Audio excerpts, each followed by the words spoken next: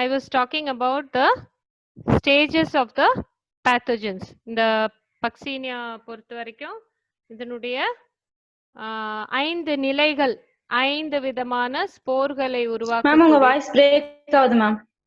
Break ஆகுதா? இப்போ okay ma'am. So 5 விதமான ஸ்போர்களை உருவாக்கக்கூடிய நிலைகள் நம்ம பார்த்தோம். It produces 5 kinds of spores. இது வந்து it will alternate between wheat and barberry. So கோதுமைக்கும் பார்பெரிக்கும் இடையில வந்து போயிட்டு வரும். அந்த வாழ்க்கை சுழற்சி வந்து முழுமையாக்கும். ஸோ வீட்ல வந்து ஒரு 2 ஸ்போர் உருவாகும், பார்பெரியில ஒரு 2 ஸ்போர் உருவாகும். ஸோ இதே ஒரே பூஞ்சை தான், ஆனா இது 2 தாவரத்துக்கும் இடையே தன்னுடைய வாழ்க்கை சுழற்சியை முடித்துக் கொள்கிறது. ஸோ ஸ்பர்மாஷியோஸ்போர்ஸ் அப்படின்னு இதெல்லாம் வந்து ஆர்கன்ஸ் ஆஃப் ஸ்போர். ஸ்போருலேட்டிங் வித்துகளை உற்பத்தி செய்யும் உடல பாகம். பூஞ்சையின் வித்துக்களை உற்பத்தி செய்யும் உடல பாகம். ஃபிளாஸ்க் ஷேப்டு பார்த்தோம், கப் ஷேப்டு எல்லாம் பார்த்தோம் இல்லையா? அந்த மாதிரி உடல பாகம், பூஞ்சையின் உடல பாகம். அதுல பாத்தீங்கன்னா in barberry it produces spermagonium. The spore is called spermatospores. அப்புறம் ஸ்டேஜ் 1ல ஸ்பெர்மாஷியோஸ்போர்ஸே கொஞ்சம் மாறி ஏஷியோஸ்போரா மாறிடும். ஸோ இலையின் மேல் பாகத்துல பிக்னீடியா பாத்தீங்க, அதே இலையின் கீழ் பாகத்துல வரும்போது இந்த மைசிலியம் வந்து மேலேருந்து கீழ்பாகத்துக்கு வரும்போது வேற ஒரு மாதிரியான உருவ அமைப்புல எஷீடியம் இல்லைன்னா ஏஷியம்ங்கிற ஒரு ஸ்போரை உருவாக்கக்கூடிய கோப்பை வடிவ உடலத்தை உருவாக்கும். ஓகே, ஸோ இந்த மாதிரி ஏஷிடியம் வந்து ப்ரொடியூஸ் ஏஷியோஸ்போர்ஸ், செயின் ஆஃப் ஸ்போர்ஸ் பாத்தீங்க இல்லையா? இங்க செயின் ஆஃப் ஸ்போர்ஸ் பாத்தீங்க.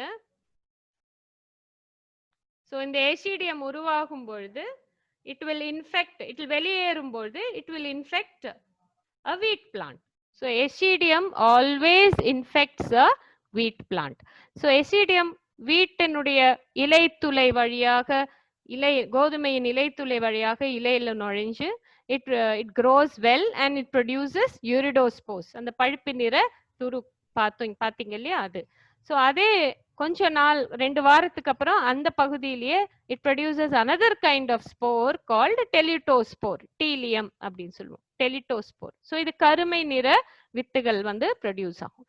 ஸோ இந்த கருமை நிறை வித்துகள் வந்து மெச்சூர் முதிர் வித்துகள் என்ன ஆகும் அப்படின்னா it will fall.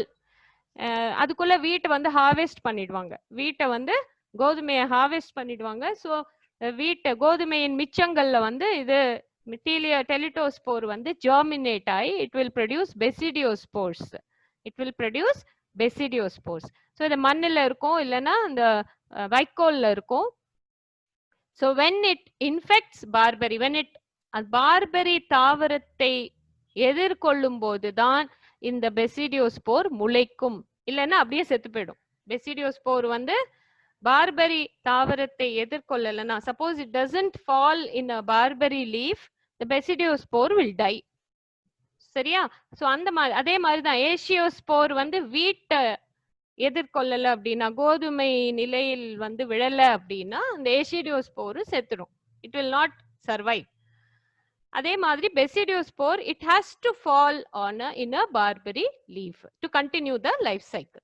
So barberry லீஃப்ல அது நுழைந்து திரும்பவும் மேல் பகுதியில் பிக்னீடியாவும் அதே this life cycle will continue.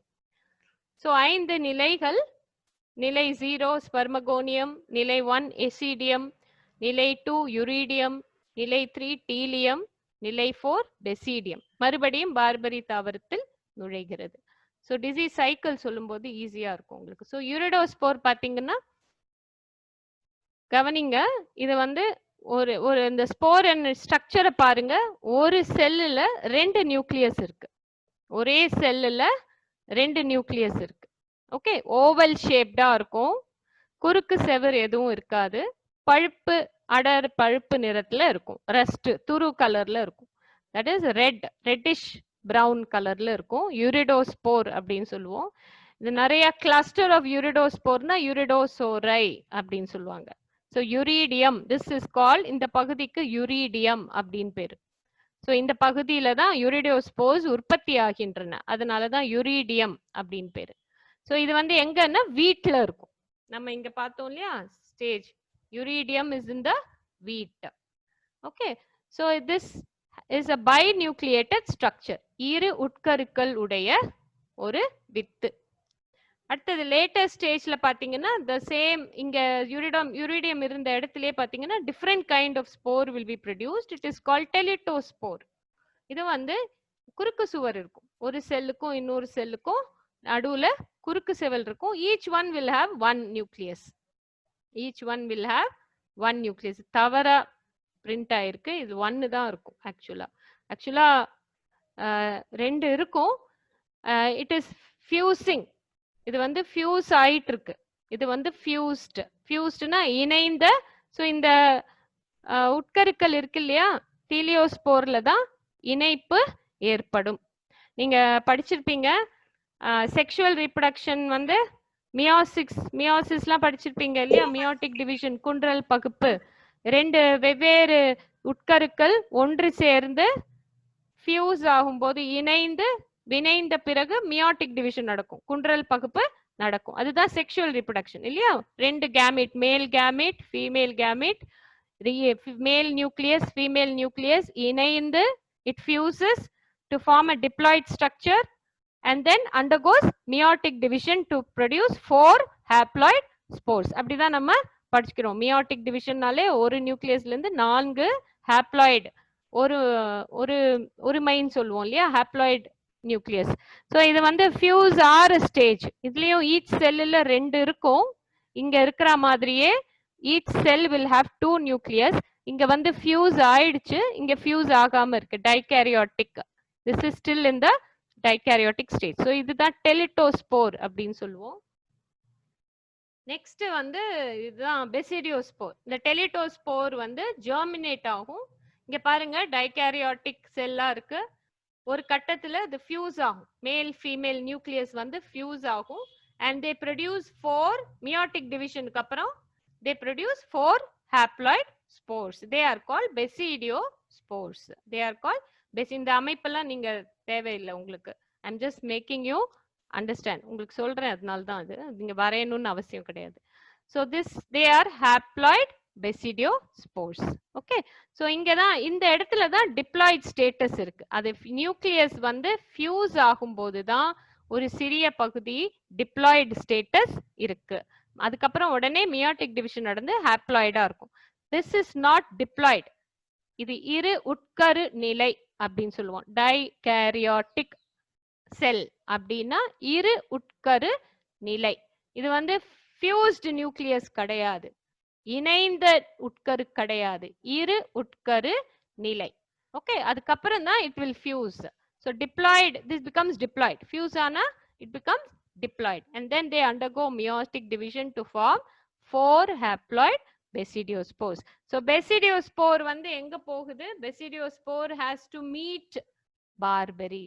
Basidiospore has to infect barberry. So barberry தாவரத்துல போய் விழுந்த உடனே it germinates. Basidiospore germinates to produce a kind of mycelium, haploid primary mycelium சொல்றோம் இல்லையா, அது நல்ல mycelium இழை உடலத்தை தோற்றுவித்து இலையின் மேற்பாகத்துல flask shaped spermatia-வை ப்ரொடியூஸ் பண்ணும். ஒரு குடுவை அமைப்பிலான ஸ்பெர்மாஷியா ப்ரொடியூஸ் பண்ணும். ஸோ இதுல இருந்து வெளிவருகிறது பிக்னிடியோஸ்போர்ஸ், பிக்னியோஸ்போர்ஸ் அப்படின்னு சொல்லுவாங்க. ஸோ இந்த மைசீலியம் வந்து ஏதோ ஒரு கட்டத்துல கீழ் நோக்கி வளரும் பொழுது they become dikaryotic. so ஒரு செல்லுல இரு நியூக்ளியஸ் இருக்கிற மாதிரி அமைஞ்சிடும். ஓகே, சோ இங்க எல்லாம் வந்து ஒரு நியூக்ளியஸ் தான் இருக்கு ஒரு செல்லுல. டுவர்ட்ஸ் த எண்ட் அது கீழ் நோக்கி இலையின் கீழ்பாகத்தை நோக்கி அது வளரும் பொழுது ஒரு கட்டத்துல it becomes converted to dikaryotic mycelium. so dikaryotic mycelium ஒவ்வொரு செல்லுலயும் ரெண்டு நியூக்ளியஸ் இருக்கும். Okay, so then they produce cup shaped structure. நீங்க பாத்தீங்க இந்த இதுல இந்த ஏசியம் இங்க பாத்தீங்க இல்லையா, ஒரு கப் ஷேப்ட் ஸ்ட்ரக்சர் ப்ரொடியூஸ் பண்ணி they produce spores called ascidiospores or asciospores அப்படின்னு சொல்லுவோம். this is called ascidial cup. this is called ascidial cup. So இது வந்து இப்படி வளர்ந்து ஒவ்வொரு ஸ்போர் அப்படியே it will pinch out spores, they will form a chain, unbroken chain of spores அப்படின்னு சொல்லுவோம். ஸோ முதிர்நிலை அடைந்த உடனே ட்ரை ஆயிடும். இடையில இருக்கிற அந்த பகுதி வந்து ட்ரை ஆனோடனே it will get released in the wind. So காற்றின் மூலமாகவோ மழையின் மூலமாகவோ it will get released. So எசிடியோஸ்போரின் தனித்துவமே வந்து they are in a form of a long chain, ஒரு அன்பரோக்கன் செயினா உருவாகும் எசிடியோஸ்போர். அதுதான் அதனுடைய தனி சிறப்பு. So at one point they will become free and they will reinfect the wheat plant.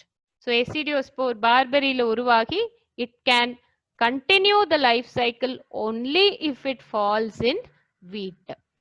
So wheat plantல மறுபடியும் யூரிடோஸ்போர் டெலிட்டோஸ்போர் உருவாகும். டெலிட்டோஸ்போர் வந்து டெலிட்டோஸ்போர்ல fusion of nucleus sexual reproduction நடக்கும். டெலிட்டோஸ்போர்ல செக்ஷுவல் ரீப்ரொடக்ஷன் பாலின பெருக்கம் நடந்து குன்றல் பகுப்பு நடந்து ஒரு டெலிட்டோஸ்போரும் 4 பெசிடியோஸ்போர்களாக மாறும். Each teletospore will give rise to 4 besidiospore. So அந்த besidiospore எங்க போகும்?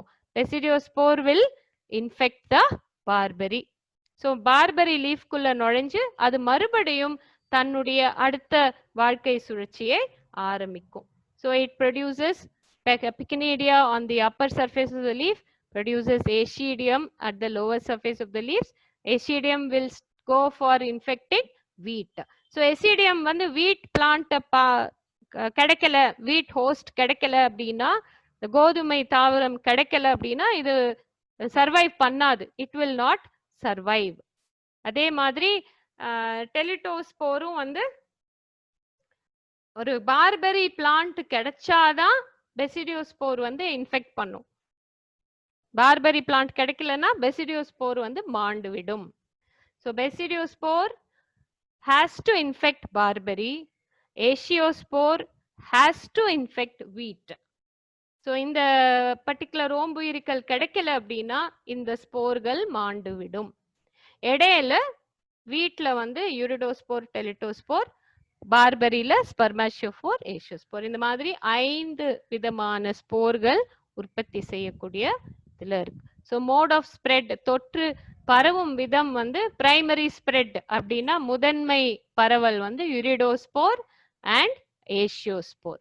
யூரிடோஸ்போர் வந்து வீட்ல, ஏஷியோஸ்போர் வந்து பார்பரியில. ஏஷியோஸ்போர் பார்பரி காற்றின் மூலமாக பரவுகின்றன. செகண்டரி ஸ்ப்ரெட்னு பார்த்தோம்னா உங்களுக்கு சில சமயம் வந்து என்ன ஆகும்னா வீட்ல ப்ரொடியூஸ் ஆகுது, கோதுமையில வந்து இந்த டெலிட்டோஸ்போர் யூரிடோஸ்போர் ப்ரொடியூஸ் ஆகுது இல்லையா, இதை வந்து உங்களுக்கு திரும்ப வீட்டையே வந்து இன்ஃபெக்ட் பண்ணக்கூடிய வகையில இருக்கும். So you have this urediospore, it can reinfect wheat. இது இந்த யூரிடோஸ்போர் வந்து கோதுமையில இலைத்துளி வழியாக விழும்பொழுது திரும்ப பக்கத்துல இருக்கக்கூடிய கோதுமையை தாக்கக்கூடிய வகையில இருக்கு. So it is a small cycle. Urediospore can reinfect wheat, but teliospore cannot reinfect wheat. It has to infect barley. டெலிட்டோஸ்போரால் திரும்ப கோதுமையை தாக்க முடியாது. ஆனா யூரிடோஸ்போர் கேன் ரீஇன்ஃபெக்ட் வீட். மறுபடியும் இந்த யூரிடோஸ்போர் வேற கோதுமை லீஃப்ல விழுந்ததுன்னா, இலையில விழுந்ததுன்னா, it can produce urediospore. It can produce urediospore. Okay, so that kind of தன்மை இருக்கு. அந்த மாதிரி ஒரு தன்மை இந்த ஸ்ப்ரெட்டிங் சொல்லுவோம், பரவும் முறை. Okay, primary spread and secondary spread. Teliospore வந்து பார்பரி கிடைக்கிற வரைக்கும் ஸ்ட்ராலே இருக்கும், அந்த வைக்கோல்ல உயிர் வாழக்கூடிய தன்மை இருக்கும். ஸோ இந்த நோய் தொற்று வந்து ரொம்ப நாளைக்கு, ரொம்ப வருடங்களுக்கு இது வந்து தொற்றை உருவாக்கக்கூடிய பண்பை வந்து வச்சிட்டு இருக்கும். It will not lose the infectivity. It will remain infective for many years in the straw of wheat. Okay, so telitospore will remain in the straw. Suppose the spore falls on a barberry leaf, immediately it will germinate, basidiospore will go inside and the cycle will start. So இதுதான் வந்து disease cycle நம்ம பார்க்கிறோம். You have இந்த summer விண்டர்ல கூட பிரிவு இருக்கு. வெப்பத்தால் இந்த பூஞ்சை சுழற்சி வந்து பிரிக்கப்படுது. சம்மர்ல வந்து யூரிடோஸ் இட்ஸ் ஸ்மால் சைக்கிள். சம்மர்ல இட் இஸ் அ மைக்ரோ சைக்கிள்னு சொல்லுவோம். சம்மர்ல என்ன ஆகும்னா அந்த வீட்ல யூரிடோஸ்போர் ப்ரொடியூஸ் ஆகும் இல்லையா, அது வந்து திரும்ப வீட்டையே தாக்கும். திரும்ப வீட்டையே தாக்கி அது ஸ்மால் சைக்கிளா உருவாகும். மைக்ரோ சைக்கிள் அப்படின்னு சொல்லுவோம். வீட்டுக்குள்ளேயே தன்னோட சிறிய வாழ்க்கை சுழற்சியை முடிச்சுக்கும்.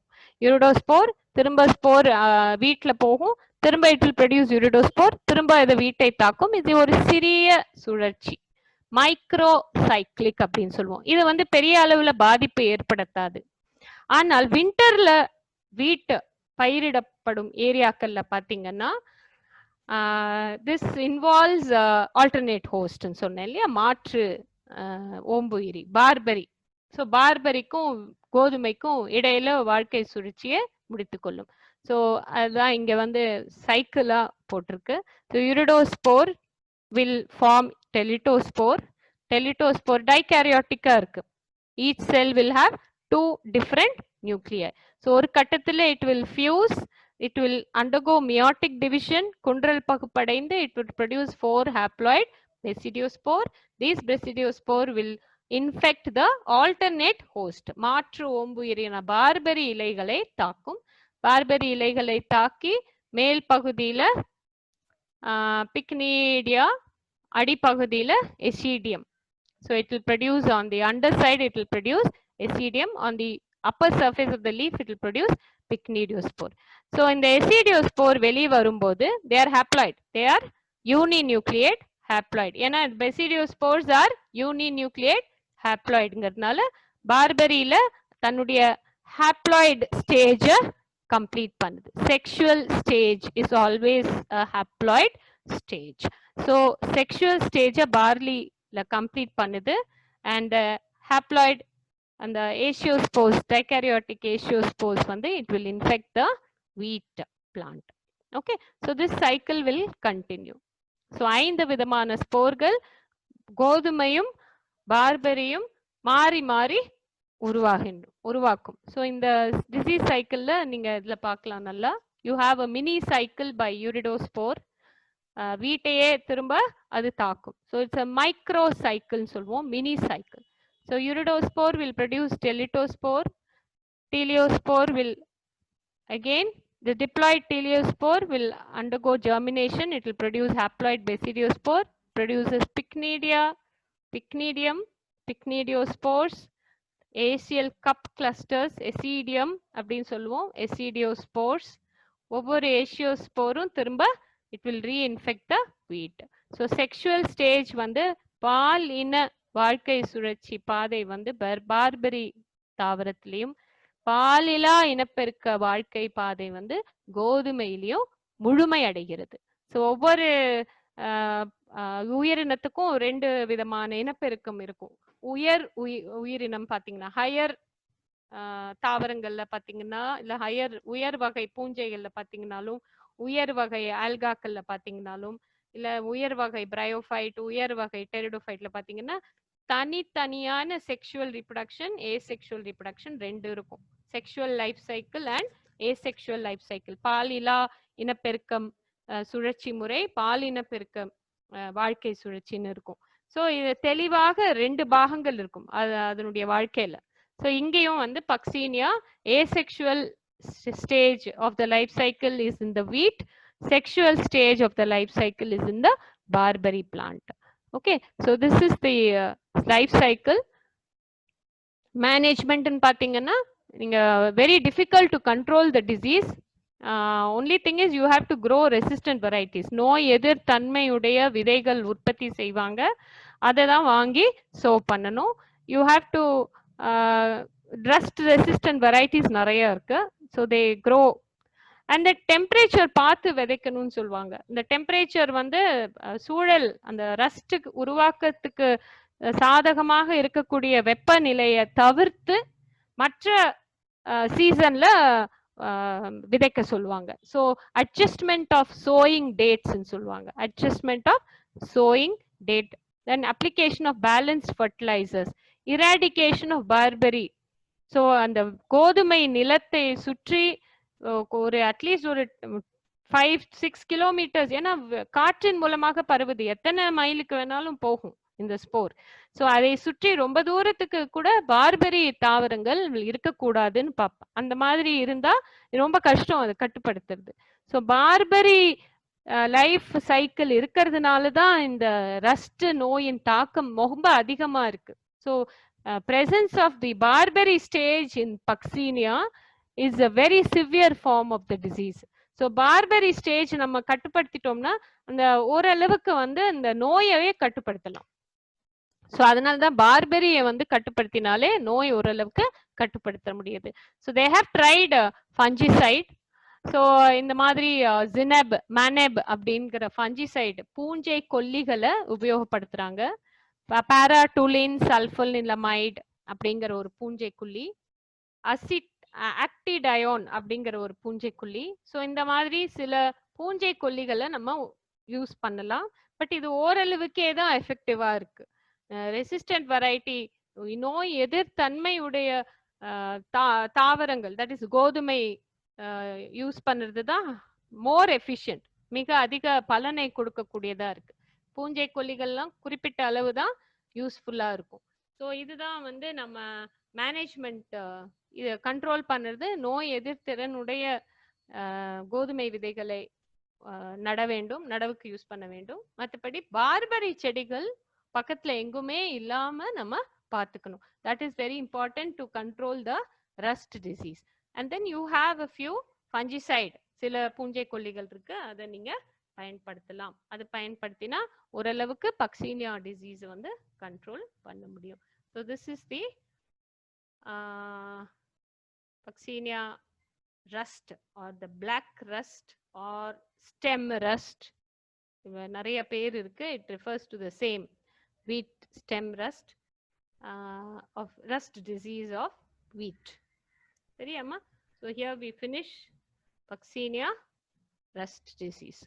If you have any doubt, you can ask. Maybe the next class la we can have a doubt clearing section. ஏதாவது டவுட் இருந்தது, உங்களுக்கு ஏதாவது ஒரு ஸ்டேஜ் புரியல அப்படின்னா நீங்க அன்னைக்கு கிளியர் பண்ணிக்கலாம். Okay, we will stop here.